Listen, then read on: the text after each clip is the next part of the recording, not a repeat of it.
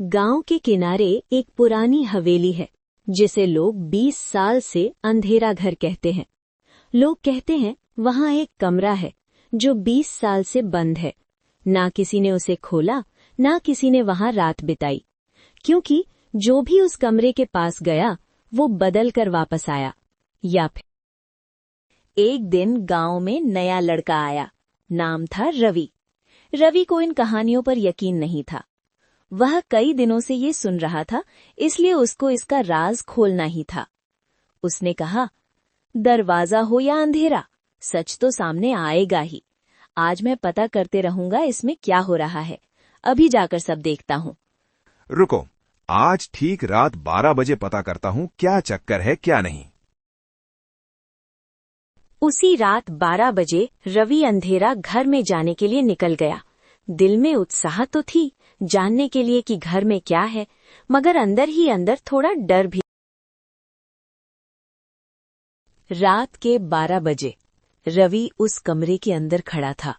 अंदर बिल्कुल सन्नाटा था, ना हवा ना आवाज, बस दीवार पर लगी एक पुरानी तस्वीर। रवि ने तस्वीर को देखा और उसका आंखें फटी की फटी रह गईं, क्योंकि तस्वीर में जो लड़का था वो रवि जैसा ही लग रहा था, लेकिन तस्वीर 20 साल। अरे बाप रे, ये तस्वीर तो पूरी मेरी ही लगती है। अगर ये मेरी ही है तो ये यहाँ क्या कर रही है? यहाँ क्या कर रही है? मुझे तो अब ये सब देखकर डर सा लगने लगा है। रवि ने अपना हाथ तस्वीर की तरफ बढ़ाया। तभी उसे लगा जैसे पीछे कोई खड़ा हो। उसने धीरे से पलटकर देखा, कोई नहीं था, लेकिन अब तस्वीर में रवि की आंखें खुली हुई थीं, जबकि पहले। अरे नहीं नहीं, ये कैसे हो सकता है? अभी मेरी आंखें बंद थीं और अभी अचानक खुल गई। रवि ने पूरे कमरे में नजर दौड़ाई। तब उसकी नजर एक पुराने आईने पर पड़ी। आईना बिल्कुल साफ था। रवि धीरे से उसके सामने खड़ा हो गया, लेकिन उस आईने में रवि का रिफ्लेक्शन नहीं था। रवि ने हाथ हिलाया, आईने में कुछ नहीं हिला। अरे यार, ये सब क्या हो रहा है मेरे साथ? कहीं गांव वालों ने सही तो नहीं बोला था? आखिर तुम आ ही गए। कितने सालों से तुम्हारा इंतजार कर रही थी मैं। अब इस कमरे में कैद तुम हो जाओगे और मैं आजाद। लेकिन तुम हो कौन? और क्या ये मेरी तस्वीर है? हाँ, ये तस्वीर तुम्हारी ही है और 20 साल पहले तुमने ही मुझे इस घर में कैद किया था और उसका बदला आज मैं लूंगी। बस इतना जान लो कि ये घर तुम्हारा ही था और अब तुम मरो।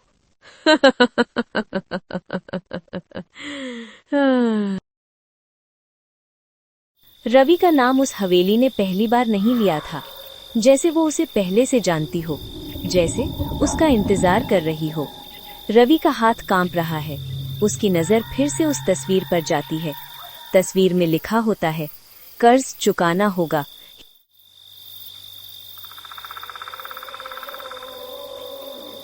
कौन सा कर्ज? मैं तुम्हें जानता भी नहीं। तुम्हारे पिता ने लिया था वही कर्ज। 20 साल पहले इस हवेली में आग लगी थी और उस आग में एक औरत जलकर मर गई थी। लोगों ने कहा वो डायन थी। रवि को याद आता है, उसके पिता ने कभी उस हवेली का नाम नहीं लिया। दीवार पर एक पुरानी फोटो गिरती है। उस फोटो में रवि के पिता और वही औरत थी। पिताजी, उन्होंने मुझे धोखा दिया और जिंदा जला दिया। अब उनका खून यानी तुम मेरा शिकार होगे। समझे? किसी को नहीं छोड़ूंगी।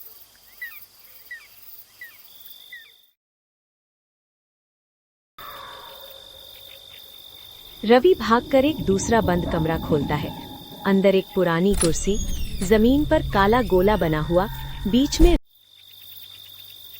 कमरा खोलता है। अंदर एक पुरानी कुर्सी, जमीन पर काला गोला बना हुआ, बीच में रवि का नाम लिखा है खून से। ये सब पहले से तय था। रवि का आना, उसका डरना, सब लिखा जा चुका था। दीवार पर लिखा है, खून से ही कर्ज चुकेगा। चुड़ैल सामने आकर खड़ी हो जाती है, इस बार क्लियरली दिख रही है। मैं बुरी नहीं थी, मुझे बुरी बनाया गया था। मैं तो रवि की आंखों में आंसू आ जाते हैं। अगर मेरे पिता ने गलती की तो मैं माफी मांगता हूँ और मैं तुम्हारे दर्द को भी समझता हूँ। तुम टेंशन नहीं लो, मैं गांव वालों से बात करके तुम्हें आजाद करवा दूंगा। 20 साल में पहली बार किसी ने उसे दर्द के साथ देखा। चुड़ैल धीरे से मुस्कुराती है। माफी से कर्ज नहीं चुकता रवि, बलिदान से चुकता है। तभी चुड़ैल हवा में उड़ती है और रवि को अपने पैरों से मार कर बेहोश कर देती है और रवि वहीं पर गिर जाता है। रात खत्म हो चुकी थी, लेकिन हवेली का दर्द अभी जिंदा था। जिस पल रवि बेहोश हुआ, उसी पल उसकी कहानी खत्म नहीं हुई, क्योंकि कुछ कर्ज जान लेने के बाद भी पूरे नहीं होते। रवि की उंगली थोड़ी सी हिलती है, उसकी सांस वापस आती है। जब रवि की आंख खुली तो उसने खुद को जमीन पर पाया। वही कमरा, वही तस्वीरें, वही दीवार, पर इस बार कुछ बदला हुआ था। रवि धीरे से उठता है। दीवार पर लिखा खून अब सूखता हुआ लगता है। मैं जिंदा हूँ। हवेली के बाहर गांव के लोग जमा हो चुके थे।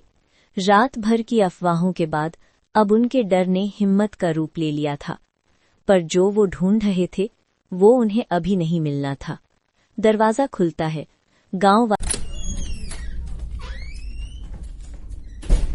गांव वाले अंदर झांकते हैं। उन्होंने कमरे देखे, दीवारों को छुआ, तस्वीरें गिनने लगे, पर रवि, जैसे हवेली ने उसे छुपा लिया हो।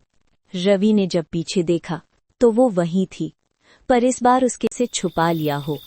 रवि ने जब पीछे देखा तो वो वहीं थी, पर इस बार उसके चेहरे पर गुस्सा नहीं, थकान थी, सदियों की थकान।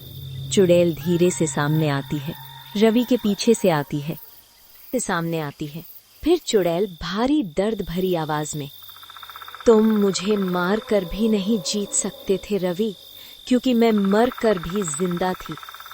रवि की आंखों में डर कम, सवाल ज्यादा है। तुम चाहती क्या हो? क्यों कर रही हो तुम? ये सवाल पिछले 20 सालों में किसी ने पहली बार पूछा था। चुड़ैल की आंखों से खून नहीं, आंसू गिरते हैं और वो बहुत भावुक। मुझे बदला नहीं चाहिए था, मुझे सच चाहिए था। मुझे मेरी मौत का बोझ किसी और पर नहीं, इस हवेली पर छोड़ना था। उस पल रवि समझ चुका था कि ये लड़ाई जिंदा और मुर्दे की नहीं थी, ये लड़ाई इंसान और उसकी गलती की थी। रवि आगे बढ़ता है, उस खून के गोला के बीच खड़ा। तुम्हें मेरी जान नहीं चाहिए, तुम्हें इंसाफ चाहिए, यही बात है ना बस। चुड़ैल रुक जाती है।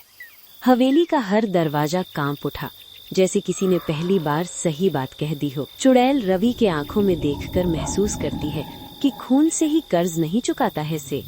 कर्ज जब सच से चुकाया जाता है तो खून भी शर्मिंदा हो जाता है। चुड़ैल धीरे धीरे रोशनी में चली जाती है। सुबह हुई।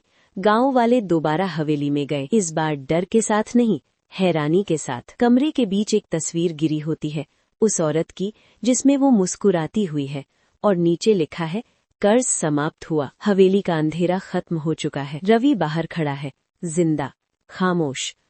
हर भयानक कहानी का अंत मौत नहीं, अंधेरा खत्म हो चुका है। रवि बाहर खड़ा है, जिंदा, खामोश। हर भयानक कहानी का अंत मौत नहीं होता। कुछ कहानियां सच बोलने से भी खत्म हो जाती है।